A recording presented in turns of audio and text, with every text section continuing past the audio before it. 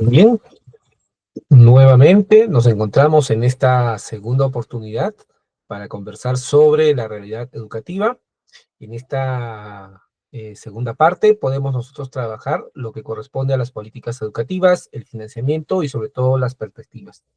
Mencionar que dentro de los lineamientos de las políticas educativas terminan siendo acciones que enrumban sobre todo los destinos de un sector, en este caso del sector educación.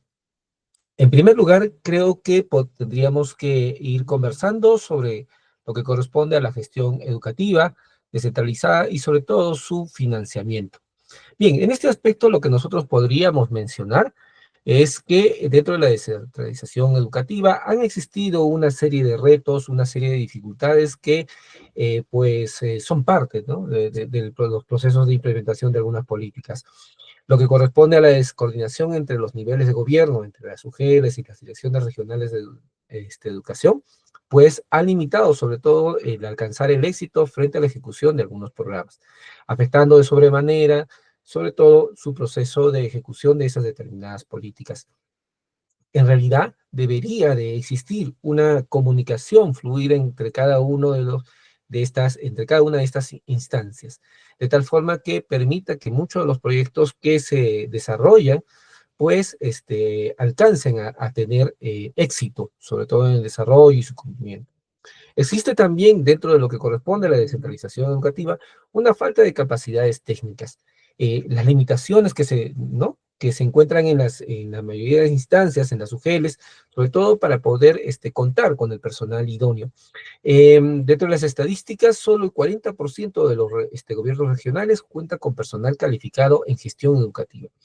Esta estadística, pues, señala una gran deficiencia que ocurre en el sector, ya que muchos de los profesionales que son incorporados a cumplir estas funciones, pues no están, ¿no?, o no cuentan con una formación inicial preparada para el desempeño del cargo.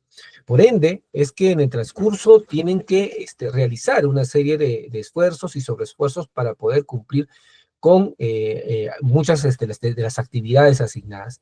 Esta situación preocupa, ya que debería de desarrollarse algunos lineamientos, algunas políticas que permitan regular justamente esta posibilidad. Frente a ello, se puede mencionar de que ya existe una normativa que regula sobre todo los procesos de participación de muchos de los profesionales que se requieren en las instancias, en las UGELs, en las direcciones regionales. Pero encontramos de que dentro de esos procesos existe mucha burocracia, sobre todo en los procesos administrativos, que en este caso, conlleva a que sean estos ineficientes, los retrasos de las asignaciones de los recursos, las demoras en los pagos, equivocaciones en muchas veces en el sector, obligan y en este caso generan mucha desconformidad de parte de los docentes, ¿no? La toma de decisiones, sobre todo cuando éstas se generan o están desarrolladas dentro de marcos de desigualdad, pues conducen sobre todo a una calidad deficiente, ¿no?, dentro del sector, dentro de las regiones. Entonces, esta ineficiencia pues debe de transformarse, debe de cambiar, debe de mejorar, ¿no? Dentro de estos elementos que nosotros mencionamos en la descentralización educativa, también existe, ¿no?, dentro de la gestión, lo que es el financiamiento. Se cuenta con una limitada cantidad de recursos, existe una baja inversión, ya que, por ejemplo, la inversión que se sostiene en el sector del 3,9% del PBI está lejos de lo que incluso la misma UNESCO recomienda, que es del 6%. Si nosotros comparamos la inversión que se realiza por estudiante con respecto a otros países, pues el Perú termina siendo uno de los países donde menor cantidad de inversión se realiza, sobre todo con respecto a educación. Y frente a esta baja inversión, existe una alta exigencia en poder encontrar resultados, sobre todo en la temática de los aprendizajes, dirigido hacia los docentes, alcanzándose a visualizar una especie de responsabilidad adicional que se les otorga, sobre todo a los docentes, en las escuelas. Esta situación no debería de persistir, al contrario, debería encontrarse mecanismos que permitan sobre todo poder dialogar, conversar y encontrar mejoras sobre todo en las condiciones en las cuales los docentes desarrollan su trabajo. Con respecto a la dependencia del gasto familiar, pues ocurre de que muchas de las familias cubren el 32% de los costos educativos, aumentando sobre todo la desigualdad. ¿Por qué? Porque en nuestro país existe una población importante que no cuenta con los recursos necesarios y pese a ello realiza un gran esfuerzo por enviar a sus hijos a las escuelas. Y en estas circunstancias, frente a estas dificultades, sumamos el hecho de que tenga que coberturar un costo adicional, pues en algunas circunstancias produce de que muchos de estos niños dejen o abandonen la escuela. Esta situación no debería de permitirse que ocurra. Deberían de crearse una serie de lineamientos y políticas que obviamente garanticen sobre todo la posibilidad de poder mejorar las condiciones económicas, sociales ¿no? de las personas. Esta situación nosotros la vemos con preocupación, ya que en la escuela no solamente es el hecho de desarrollar los aprendizajes, sino también implica la posibilidad de poder considerar todos aquellos elementos que acompañan el poder desarrollar correctamente la actividad. Existe en este caso una ejecución presupuestaria deficiente.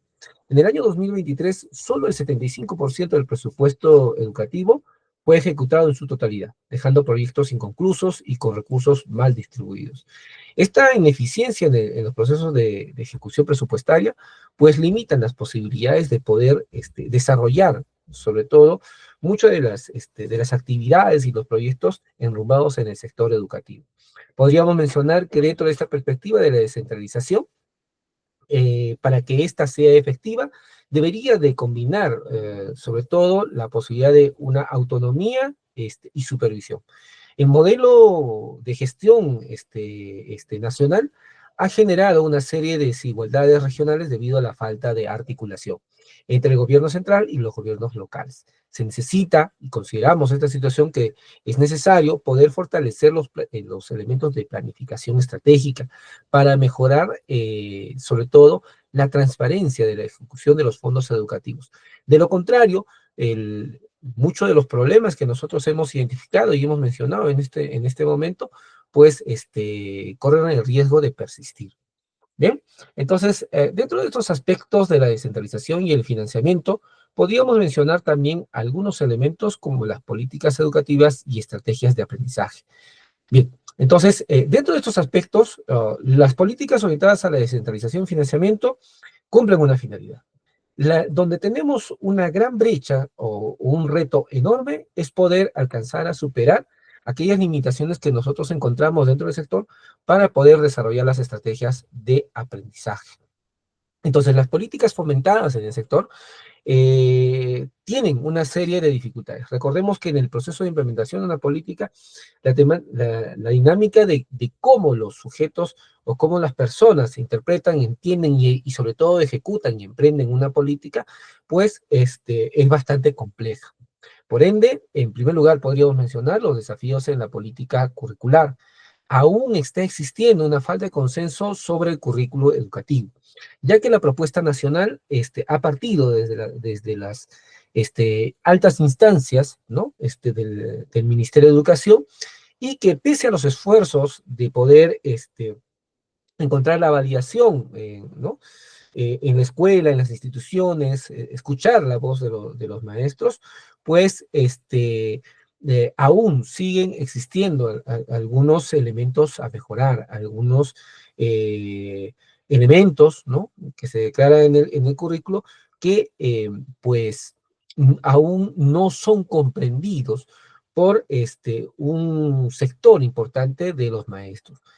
Por lo tanto, esta falta de articulación y consenso entre el currículo educativo, sus intenciones y sobre todo las acciones necesarias a emprender para poder desarrollar correctamente los aprendizajes en los estudiantes, pues conlleva a tener pues bajos índices de realización, de desempeño y sobre todo de cumplimiento, ¿no? Entonces debería de existir sobre todo un equilibrio entre los enfoques universales y las estrategias focalizadas.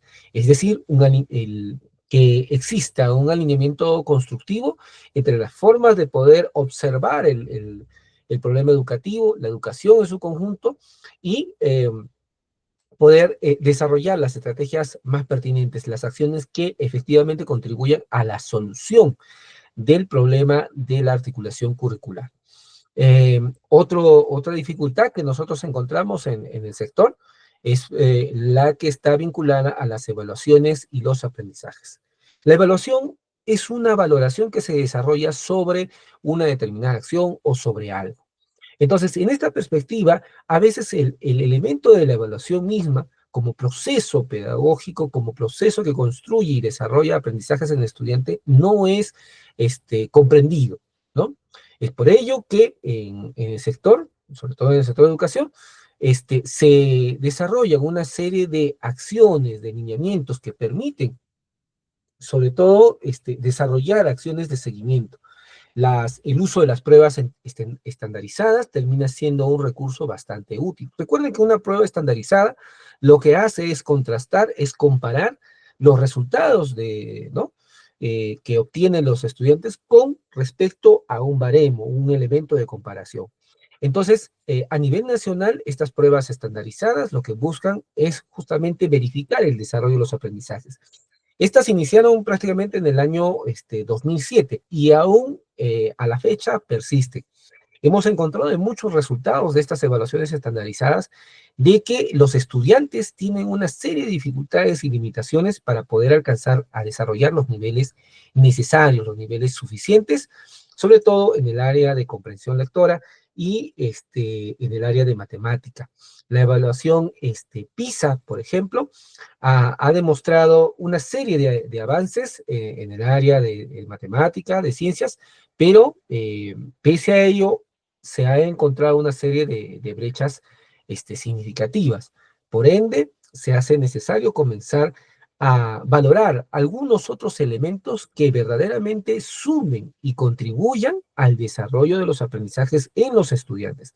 El hacer el seguimiento es un elemento clave, pero no solamente queda en el seguimiento, sino que se deberían de emprender algunas otras acciones que permitan efectivamente cumplir con la meta.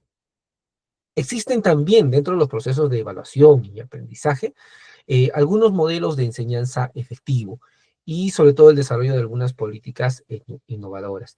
Miren, existe una gran contribución de algunos trabajos realizados en lo que corresponde a modelos de enseñanza, en donde sugieren el desarrollo de una serie de estrategias para poder contribuir y desarrollar aprendizajes en los estudiantes. Un recurso muy útil en esta perspectiva es el aprendizaje basado en proyectos. El hecho de poder plantear un proyecto a razón de una problemática permite atender de forma integral todos aquellos procesos y todos aquellos elementos en los cuales el estudiante, el niño, deba de aprender de forma eficiente, ¿no? Se entiende que un proyecto permite, sobre todo, solucionar un problema y lo más valioso, integrar cada una de las áreas.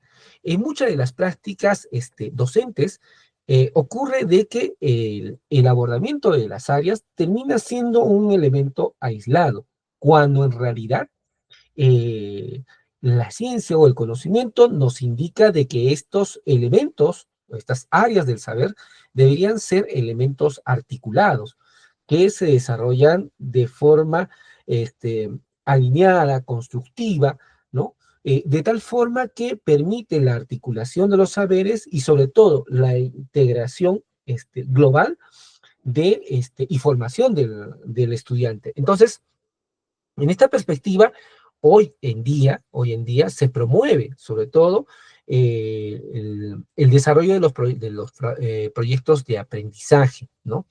Eh, Se realizan los esfuerzos, están realizándose los esfuerzos sobre todo para poder incorporar estos procesos dentro de los elementos de planificación. En muchas circunstancias a veces llega a confundirse los proyectos de aprendizaje con las unidades de aprendizaje. Ambos elementos son estrategias de aprendizaje, es decir, elementos donde el estudiante llega a desarrollar un proceso vivencial y a partir del mismo desarrolla aprendizajes. El proyecto, la ventaja que nos permite es de que ayuda a abordar una problemática y a partir de esa problemática, pues alcanza a plantear un elemento de solución. Entonces, encontramos todo que puede significar un recurso, un apoyo importante. Y no solamente el aprendizaje basado en proyectos, sino algunas otras estrategias, como por ejemplo el aula invertida, ¿no? El ABP, el aprendizaje basado en problemas, similar al de proyectos, ¿no? Que también puede ser un recurso bastante útil para poder desarrollar con los estudiantes. Finalmente, dentro de esta presentación, bueno, vamos a ir abordando también algunas posibilidades, pero culminando con esta idea, también dentro de los desafíos, podríamos indicar el elemento de la tecnología y la educación. La pandemia ha demostrado que en nuestro país existen una gran brecha a superar, sobre todo en el aspecto de la conectividad, del acceso, sobre todo a los dispositivos electrónicos, y con ello poder alcanzar una formación integral. Los avances en digitalización y conectividad educativa, pues nos han mostrado sobre todo que existe una digitalización desigual. Solo el 35% de las escuelas rurales tiene un acceso a Internet. Esta cifra, pues, es preocupante, ya que en el contexto global en el cual nosotros nos encontramos, el elemento de la comunicación, el acceso, sobre todo al mundo, el acceso al Internet, es un elemento clave. Hoy en día ya no podemos mencionar o considerar una formación, sobre todo que excluya el elemento de la conectividad del Internet. Se hace necesario poder desarrollar algunos lineamientos, políticas, permitir en este caso, sobre todo la participación de instituciones, de sectores interesados por la educación, que contribuyan efectivamente a alcanzar a superar esta brecha. Con respecto a las políticas de educación híbrida, ¿no? Podríamos mencionar de que no se ha implementado de forma correcta, de forma sostenible.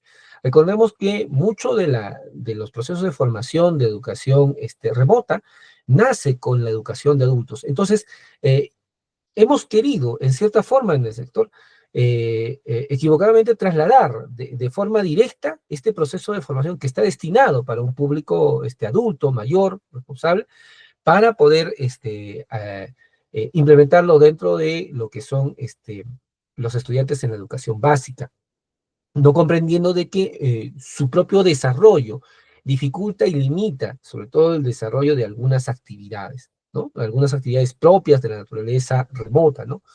Sobre todo la responsabilidad de poder hacer este seguimiento, ¿no? De sus aprendizajes. Entonces, esta situación en cierta forma, no ha sido resuelta de forma conveniente. Por ende, aún implica y significa un reto. Más aún, sobre todo, porque la pandemia nos ha traído una serie de lecciones que tenemos que en este caso alcanzar a superar. Si no hemos, en el sector, si no hemos alcanzado a aprender, ¿no? De estas dificultades, pues difícilmente vamos a llegar a superar los grandes retos y las grandes brechas que existen, sobre todo, en el acceso a la educación. Vygotsky, por ejemplo, enfatiza en la interacción social, ¿no?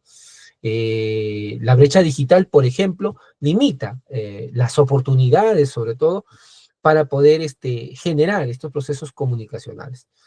Se pueden establecer políticas educativas, se puede en este caso establecer una serie de elementos de mediación de tecnología, pero sobre todo no se puede negar el elemento de la dimensión social. procesos de conectividad, o mejor dicho, de interacción, que permiten afianzar los aprendizajes. ¿Bien? Entonces, es lo que nosotros podríamos quizás mencionar de manera general. Culminaremos esta presentación considerando sobre todo el aspecto de los desafíos clave para la educación.